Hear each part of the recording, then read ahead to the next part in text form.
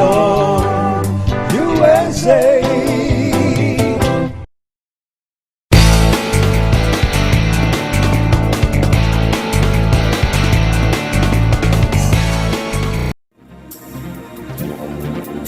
Maraming salamat mga ka-Pilipino at mga ka-OFW. Kumusta po kayo? Inaasahan na inyong lingkod na ang ating pong pangumusta sa inyo, nakasama ang aking personal na dalangin, ay inaabot kayo ng ating himpilang ito Utusa.tv, ang kauna-unahang internet television station in the world na nagpaprograma sa loob ng inyong Facebook. At mamaya patutunayan ko sa inyo na tayo po ay nasa loob ng Facebook.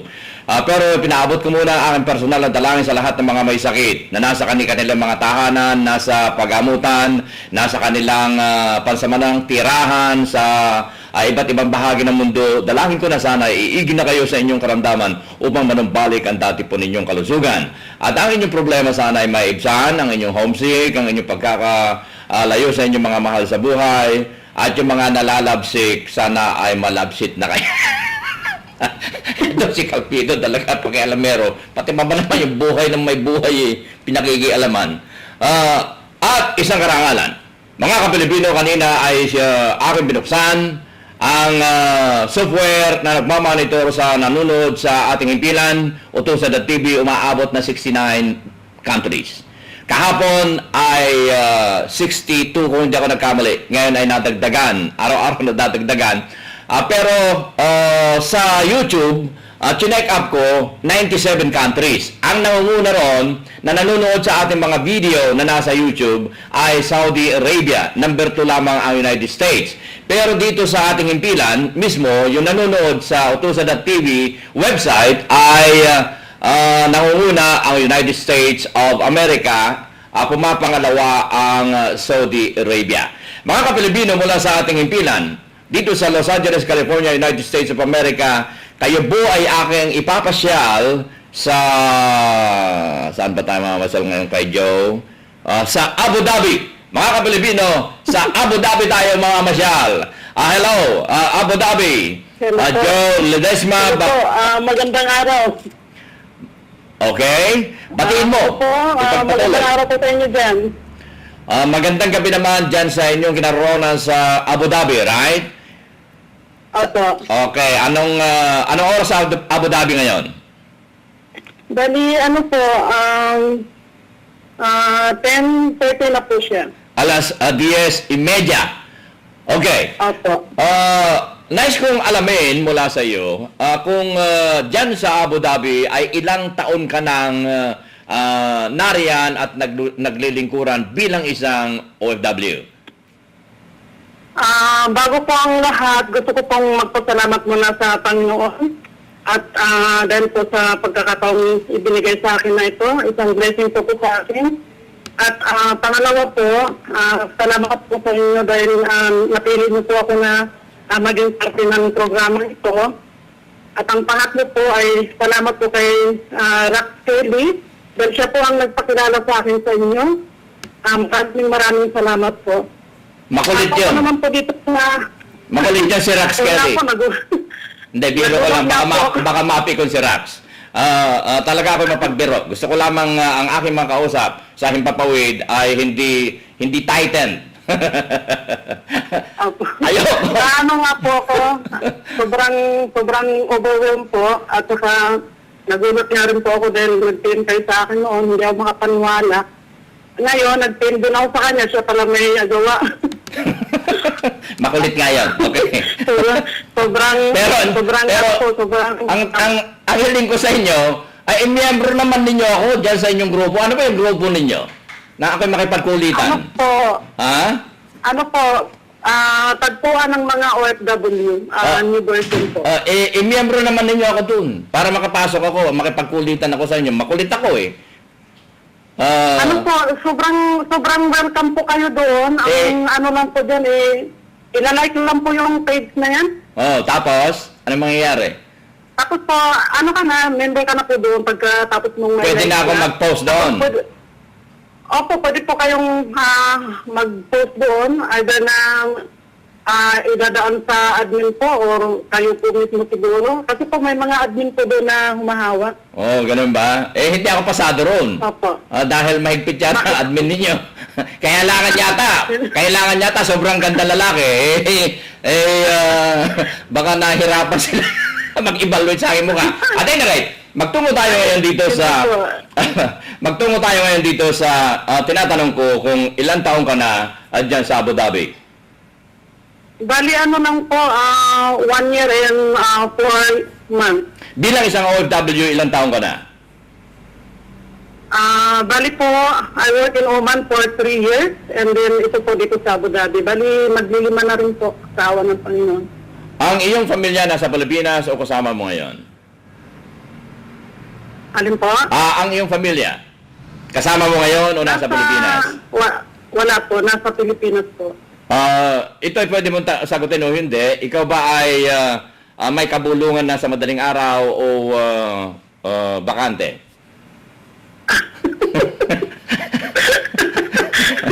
Ayaw ko kasi magtanong na direkta kung may asawa ko o wala. Kundi yung kabulungan na lang. Ano po, ayaw ko pong magsinungaling. Hiwalay po. Okay. So, kaya nga sabi ko na pwedeng sagutin or pwedeng hindi. Kaya very indirect, pati yung kabulungan ng aking, hindi ko ginamit yung married or single. At any rate, ito pwede mo pa rin sagutin or not. Ano ang iyong trabaho diyan?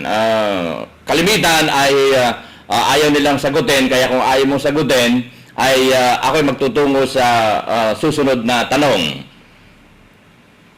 Sige po. Okay, hindi ko na ulitin. Ang itatanong ko na lamang para makautang ako sa iyo, magkano sweldo mo? Okay. Alam mo, ako'y nagagalak sapagkat kayo na mga OFW na kahit paano ay nakokontak ko. Kaya huwag niyong sabihin na kapag kayo nakausap ko sa Himpapawid, ako ang mayroong kagustuhan na kayo'y makaugnay dahil gusto kong may paalam sa buong mundo ang kalagayan natin sa iba't ibang bahagi ng bansa na kung nasan tayo. Katulad mo, Abu Dhabi, nakakausap ko sa UK, nakakausap ko sa Saudi Arabia, nakakausap ko sa Qatar, sa Dubai, everywhere. Yan ang gusto kong malaman para sa ganon ay magiging aware tayo na tayo yung idinidiin ko ang pinakamapalad na henerasyon ng bansang Pilipinas sapagkat this is a very unique generation. Ang generation natin, ang tawag ko ngayon dyan, na kung nakikinig ang mga writers sa Pilipinas, idinidiin ko sa inyo na give respect sa aming mga OFW sapagkat kami ngayon ang nagdudulot ng malaking kaunlaran ng ekonomiya ng ating bansang Pilipinas. We are under the generation of OFW. Idinidiin ko ito na higit pa kami ng mga OFW na mapalad kaysa sa henerasyon ni Rizal, kaysa henerasyon ni Quezon, kaysa henerasyon ni Magsaysay, kaya sa henerasyon ni Telpulano de Tamparurong, mga ka-Pilipino, among the greatest generation ng ating bansang Pilipinas ay ang mga OFW. Pwede ko ngayong ipagmalaki yan. Dahil, isipin ninyo, 8 milyon tayo. Ang mga expats abot ng hanggang sa 11 milyon. Isipin ninyo how many percent of our population ang mga OFWs. Kaya ako ay nagagalak. Ikaw ba hindi nagagalak at ipinagmamalaki sa sarili mo, Joe Ledesma, na isa kang very unique member of the unique generation, di ba? Opo. Proud po ako bilang OFW po. Yan. Ito po, sa totoo lang, ito yung isang challenge po sa akin, lalo na itong lugar na kinadalagyan ko ngayon is Middle East po. So, isang challenge po sa akin ito na sa awa ng Panginoon kasi nakasurvive po sa tradisyon nila at kultura. Natutong makisama sa kanila, natutong magsalita ng lingwahe nila. Kaya proud po ako.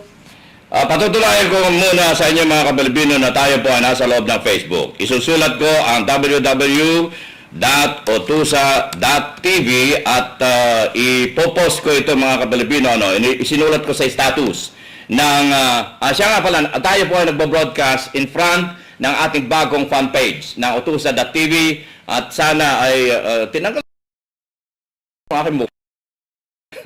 Yung mukha ni Calpitoro, hindi gaano eh. Okay. So, ikiklik ko mga Kapilipino ang i-type ko kanina doon sa status na www.utusa.tv at tayo po ay matutungo direktamente sa loob ng inyong Facebook at ang screen ng ating himpilan ay bubulaga sa atin. Dangan nga lamang at mag-feedback ako kung hindi ako mabilis dito na i-click yung sound. Ayun. Ayan mga Kapilipino, nakikita po ninyo yung aking mukha yun. Oh, ayun, si Calpito. Oh, mabuti na bago akong paligo, ano. Tatlong araw na ako din naliligo eh. Na? Para po pala kayong Arabo. Oo, ina-adapt ko na yung kon eh. Katipiran. Yung ka- Wow, kaganda naman ito aking kausap pala eh. Okay. Sa katunayan, kaya medyo na-late ang ating broadcast ng Bagya dahil pinipili namin yung mga retrato ni Jolie Desmada. Hindi kami sigurado. Naku, si Calpito, chismoso talaga eh. Kumusta ang weather dyan sa Abu Dhabi? Ano po, medyo hindi na po ganong mainit siya. Pero masyadong mabuhangin po. Katulad kahapon, sunstorm. Aha. Oh, nag-sunstorm kahapon. Oo. Eh, Akala ko nga po, tubig yung bumagsak buhangin pala. oh. Diyan sa iyong kinaroroonan ay nakakapag-ugnay kayo ng mga iba't ibang mga lugar hinggil sa pagtutulungan. Meron ka bang mababanggit sa atin na iyong natulungan diyan or unique situation na na-encounter mo para may bahagi sa ating mga taga-panood ngayon? Dito po sa Abu Dhabi, Mhm. through Facebook po, Oo. wala po akong natandaan dito. Pero diyan po kung kailan po malayo doon po ako may konting nagawa. Mm. Saan? Yung diyan po sa Saudi Arabia. Mhm. Ano po, yun yung isang kaibigan ko sa FB na humingi sa akin ng tulong kasi yung kuya niya,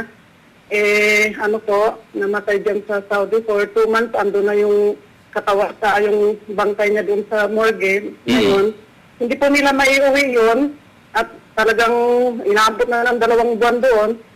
Ang ginawa ko po, kasi sa akin siya humingi ng tulong, ang ginawa ko, kasi si Attorney Rax, marami pong kakilala. Sa kanya ko po pinuwag yung private message po ng kaibigan ko. So, sawa po ng Diyos, yung pong kuya niya nakauwi na po sa Pilipinas.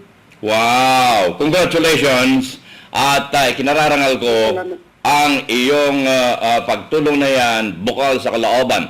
At yung iyong koneksyon sa Facebook, paano mo ito pinaiigting para sa ganun ay magkaroon kayo ng lalong koneksyon sa mga iba't ibang mga OFW sa ibang bansa?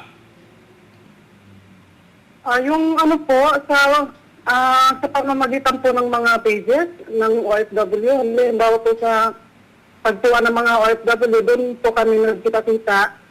At doon rin po ako nagsusulat paminsan-minsan. Ngayon lang po ako naglaylo. Dati po, madalas ako nagsusulat doon. At yun, doon po kami nagkakausap sa page. Sa Pilipinas, saan ang iyong pinanggalingan? Bali po, pinanganak po ako sa Mindanao, sa Davao po. Tapos, lumaki lang ng Maynila at dyan po sa may Dasmariñas, Cavite po. Saan sa Davao? Sa sa Cumbal Province. 5 taon ako sa Davao. Dati pong tampo doon. Ako writer ng mga drama sa DXMC sa loob ng 5 taon. Kaya Kilala niyo po si Banson? si Tenny Banson. Yung si Tony Vergara, sikat na announcer, ay isa sa mga talents ko sa drama noon. Kaya isa sa mawiwiga ko na lugar na aking pinanggalingan ang Davao City sapagkat doon nagsimula doon nahutok ang aking pagiging manunulat, ang aking pagiging announcer, at pagiging broadcaster. At sa University of Mindanao, ay nag-i-scholar ako doon ng mga ilang taon. Kaya, Di marunong po kayo magbisaya? Oo na, nahibawan na ako. Yung mga drama ko noon doon ay sinasalin, Tagalog ko sinusulat, sinasalin sa Cebuano. At ito ay nire-replay sa Cebu, Iligan, Usami City, sa Pagadian, sa Buanga, so all over. That was 1965 hanggang 1969. Hindi ka pa siguro sinisilang noon. Bibigyan ko kayo ng example, mga kapilipino. Ako, si Don Fausto Del Fierro, bibilitin kong pigilin ang kidlat sa katangalihan ng... yung mga iyan, bahagi ng aking mga drama noon. Ang title noon ay Kidlat sa Katanghalian. Meron akong sikat noon na sinulat yung Leonora. Meron akong sikat noon yung mga kwento ng Ermitanyo. At lalo naging sikat ang aking Linggo ng Balagtasan. At nagtataka sila noon dahil may Linggo ng Balagtasan ay lugar ng mga Cebuano sa Davao City. At anyway, yun ay nakaraan. Naikukwento ko lang sapagkat para ma-relate ninyo na ang inyong lingkod ay kabuuan ng Pilipinas. Ako po ay sinilang sa Luzon. Una kong naging trabaho ay sa Mindanao. Ako ay sumulat ng mga drama at naisasalin sa Cebu at inire-replay sa Visayas. Mga kapilipino, kaya ang inyong lingkod ay kabuuan ng Pilipinas. Kaya pwede kong may pagmalaki na ako ang tunay na larawan ng isang Pilipino. Kita nyo ang aking labi? Makapal. Kita nyo ang aking ilong? Pango. Nakita nyo yung aking mata? Mata ng atayan. Kaya ako ay tunay na Pilipino. Tingnan niyo ang aking kulay. Kulay kayo mangki, mga kapilipino. Kaya ako ang larawan ng isang tunay na Pilipino. Dangan nga lamang sabi ng mga chicks sa akin, Kuya Manny, ikaw ay pinaglihi sa sama ng panahon. At nung ikaw isilang, ay bumabagyo noon. Kalpito. Daldal mo. Okay. Nakawala po kayo ng nervyos. Sabi ko nga sa inyo, Nakawala po kayo ng kaba. basta tawag kausap nyo, mawawala kayo ng nervyos. Dahil hindi ito programa. Ang turing ko dito sa akin ay daldalan lang. Hindi ito programa. Sapagkat, Yun na nga po napansin ko sa inyo eh. sapagkat kung scripted dito mga kapilipino, hindi galing sa ating puso. Yung itinatanong ko at isasagot mo ko scripted, hindi galing sa puso mo. Di ba? Kaya sa tuwi-tuwi na ako mag-interview. Sabi nga nila, TV ito Kuya Manny, mag-script ka. Hindi. Hindi pwede. Dahil kung scripted ako, di limitado ang aking sasabihin. Di ba? Hindi ako makatawa, hindi ako makasigaw, hindi ako makabulong, hindi ako, okay. Ikwento mo nga sa akin kung ano ang iyong profesyon sa Pilipinas nung ikay umalis doon. Dahil ito ay a leading question. Kung bakit tayo mga Pilipino ay narito sa ibang bansa, samantalang kahit tataas ang ating mga degree, mga kurso na natapos sa Pilipinas. Ano natapos mo sa Pilipinas, Iha? Undergraduate po ako. Anong kurso? Journalism po. Talaga din naman. Alam mo, ito na naman. Ang journalism, kahit hindi mo mapag-aralan, talagang journalism ka. Ang inyong lingkod ay hindi nakapagtapos. Baka akala nyo, wala akong natapos, kunti ko lang ako nakuha ng mga subjects. Kaya makita nyo doon sa aking libro na lalabas, ay yung hula hook, invention, recipe at iba pa, makikita ninyo na napakadami ako eskwelahan na pinag-aralan, wala po ako natapos sapagkat kung gusto ko, kumuha pa nga ako ng music, alam mo ba yung journalism kumuha ako ng music, dahil nag-compose ako ng kanta. Nag-release ako ng 3 kanta na kinumpos ng inyong lingkod, pero sintonado ako. Pinatunayan ko sa mundo na kahit sintonado ang tao, pwede maging composer. Di ba? Pinatunayan ko sa mundo dahil... Sa talent po. Nung ako estudyante, puro ako 75er. Pinatunayan ko na yung 75er na student ay magaling na inventor. Nag-invento ako, 13, nakapatent sa Amerika. So, mapapatunayan natin mga Kapilipino, na kahit na tayo hindi nakapagtapos, malaking bagay ang ating magagawa. Di ba? Kaya itong aking kausap dito si journalism, Ano yung nasa libro ni Rax Kelly na ikinontribute mo? Na sinulat mo? Ano po yun? Yung pong unang libro na nandun yung isang article ko po. Mm. Yun lang po ay parang ano ko lang po yun sa mga overseas household workers po. Mm-mm. Ito yung tiis sipag, Parang- di ba? Ang title nito yung Parang tiis. ano ko po sa yun po yung alay ko sa Inday sa mga Inday ng Middle East po. Yun yung sinulat mo. Opo. Oo. Parang dedicate ko lang po sa lahat ng mga OFW dito sa gitnang silangan po. Kaya ko po nasulat yun. Wow. Sumulat ka rin sa magtulaan tayo dito sa bagong homepage ng Utusan.tv dito sa aking kinaroroonan ngayon. Inaanyayahan kita. Dahil kung hindi ka susulat doon, kukulamin kita. Ay, mangkukulang din siya. Hindi, mangkok kulam. Pinagsama ko yung mangkok na mayroong ulam, kaya mangkukulam. Yan. Ngayon, ay palibasa, ikaw ay nariyan ngayon sa Abu Dhabi. Wala ka bang problema ng katulad ng mga ibang naibabalita ko na problema ng mga OFWs diyan? Hindi mo na-encounter ang problema? Ano po, ibig sabihin po sa mga employer po? Employer o nababalitaan mo na minamaltratong mga ka-OFW natin diyan sa Abu Dhabi? Ay, naku po, sobrang dami. Sobrang dami po. Kaya po ako yung nag-ngingit-ngit ang kalooban sa ano po, sa isample ko lang po sa inyo to. Mhm. Meron po akong isang kakilala, kaibigan po ng ano siya, yung ayaw na doon sa pinagtrabahuan niya. Mhm. Ngayon, nagpahatid siya sa agency. Ito naman pong Emirati na sobrang ano po, sobrang hindi ko malaman kung anong klaseng puso ang meron siya.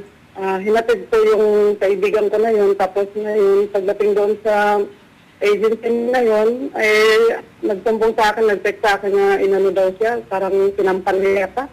Sinampan o sinabunutan. Nung agency mismo? Yun po. Tauhan ng agency? Opo, yung tauhan ng agency po. Ito ba Pilipino o Kaya Arabo? Yung nasa agency? Ano po yata ibang lahi, Jordanian. Okay. No, talaga din naman. Kawawa naman tayo yan. So, ano nangyari? Kasunod ng... Yun po. Ano po, nung nandun siya, nung pagdating niya doon sa agency na yun, tawa ng Diyos, nagkaroon agad po siya ng ibang amo na kinuha agad siya na nasa Dubai siya. At sa awa ng Diyos, maayos naman po yung kalagayan niya. Sana nga po. Yun po yung, yun po. Marami pa po kung pangyayari dito na nakakagigil lang po isipin. Kumusta naman ang ating embahada diyan sa Abu Dhabi? Ano po, ayaw ko po mag-akusap po, ha?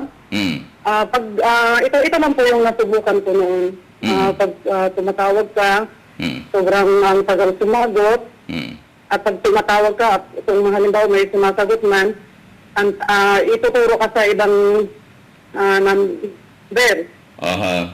Ngayon po, pagka denial mo yung numero na yun, ang tagal ko nung abutin ng siyam-siyam bago po may sumagot. Ganun po ang klase nila. Pero po nung naman ako ng passport, nag-renew ako, madali po nakuha. Yun lang, pag tinatawagan sila, sobrang ayaw ko kung nasaan sila nakaupo. Baka naman kuhan. Baka, alam mo, baka naglalagay ng manicure, nagkukulorate, naglalagay ng make-up. Ganun. Hindi natin Hindi po, nag-EFB. O kaya kausap ko sa private message. Yun nga po, baka na po nandun sa inbox po, kaya hindi nakasagot. Baka nga sila kausap ko eh. Yun lang po yung naranasan ko naman dyan na pag tumawag ka nga po, bagal-bagal. Ang tagal may dumampot ng telephone. Ngayon, bahagi ng pagkain kaisipan ng mga nasa Pilipinas na nanonood ngayon sa atin at sa iba't ibang bahagi ng mundo, bahagi ng pagkain kaisipan. Ano ang iyong maipapayo sa ating mga ka-OFW at yung mga nagbabalak na maging OFW? Ito po, prangkahang salita lang po kasi sa almost 5 years po pong nandito sa Middle East, marami po akong nakikita na encounter na iba-ibang ginagawa ng mga nandito na. Halimbawa po, katulad nga na nandiyan ka sa bansa, nandito ka sa bansang to, yung pang ugaling galing sa Pilipinas, dinadala po rito. Halimbawa, yung mag-iinuman, yun po. Yun ang sana iwasan po kasi karamihan ng napapahamak dito, gumagawa kasi ng katarantaduhan. Kaya, kumbaga, pag may nangyari, kasalanan po nila yun. Kasi hindi nila iniingatan yung mga sarili nila sa ibang bansa. Tapos po, ito, ayoko naman pong mag-apusa rin. Pero ito po ay katotohanan dito po sa UAE. Halimbawa, lalo na po yung nakakalabas. Ano po, yung alam nyo na yung gumagawa ng mga bagay na lihi sa kagandahang asal. Tapos yun, nangyayari na yung bagay na hindi dapat. Ayun, sira na yung mga pangarap, pati yung pangarap mo para sa pamilya, pati sarili mo. Yung sana ang iwasan po kung ikaw yung balak na mag-abroad, sana maging malinis po ang isip mo, puso mo na huwag gumawa ng mga bagay na hindi ka nais po. Kasi ikaw rin po yung mapapahama. Disiplina sa sarili. Yan ang number one. Opo. Okay, so maraming salamat sa iyong ibinahagi na pagkain kaisipan, inspirasyon para sa mga ka-OFW natin sa iba't ibang bahagi ng mundo at yung mga nanonood sa atin sa Pilipinas, mga ka-Pilipino mula sa Abu Dhabi. Nasa sa iyo pa rin ang pagkakataon para sa ganun ay paabot na nais mong idagdag na impormasyon dito sa ating pag-uusap. Go ahead. Itatanong ko lang po kung ito ba'y okay lang po na i-open ko sa inyo. Yeah, lahat. Yung piniin po sa inyo, okay lang po ba yun? Go ahead. Kasi po ang akin lang po, ito lang po yung katotohanan dito sa gitnang silangan po. Ito po yung matagal na po na sobrang nag-iisip ako, bakit ganito hanggang ngayon? Ito pa rin yung sistema ng mga agency po dyan sa Pilipinas. Ito pong job contract po na para po ito sa mga OFW po. Ito pong job contract na para po sa mga domestic helpers is ang nakalagay po doon is talagay na po natin $400 po. Dito lang po yan sa Middle East. Ngayon po, pagdating sa agency, meron po silang mga sistema na tinatawag na double contract. Na itong nasa kontrata na original, hindi po yan nasusunod. Sobrang abuso po ang nangyayari sa mga domestic helpers po dito sa gitnang silangan. Lalo unang-una na po yung kontrata. Ang kontrata po na nakalagay, lahat po yan walang nasunod. Ang nagtataka lang po ako, kasi itong mga kontrata na po na tinatawag natin job contract, may perma po ng labor dito sa bansang pinanggalingan po. Pero nagtaka ako bakit ito ay sinasaklawan, hindi po ito sinusunod. Ngayon po, ito pong sa mga agency sa Pilipinas, meron po silang ginagawa sa mga domestic helpers po na bago po umalis ng papuntang airport, bago lumipad, pinapapirma po sila ng isang blankong bond paper na ito daw po yung tinatawag na, yun nga po, yung double contract nga po. At dito sa papel na po, nakataad yung sahod na kung magkano lang. Kalahati lang po ng nakasad sa original na contract. Alam mo, hindi ko po maintindihan itong klaseng sistema na to. Ang sabi nila, formality lang daw yung original job contract sa airport. Bakit po ganun? Alam mo, napakaganda ang iyong inihayag na yan at yan ay ating pasusubaybayan dahil hindi karapat-dapat na gawin niyan sa dahilan, yan ang tinatawag na highway robbery. Mga ka-Pilipino, yun ang sweldo mo pagkatapos hypermahan ka ng another contract. Kumbaga sa kuwan yan ang tinatawag na legal racket. Kaya, thank you very much sa iyong inihayag na yan. Maraming salamat sa ating pag-uusap na ito at sana ay umabot sa mga kinaukulan ang ating pag-uusap. Maraming salamat sa iyo, Joe Ledesma, mula sa Abu Dhabi. Ang inyong lingkod, Kuya Manny Calpito po, nag-iiwan ng pagkain kaisipan. Ang utang na loob ay hindi dapat nabayaran, sa halip ito ay pasa. Ang inyong kaagapay sa hirap at ginhawa. Maraming salamat at mabuhay. Maraming salamat din po. Operation Tulong USA.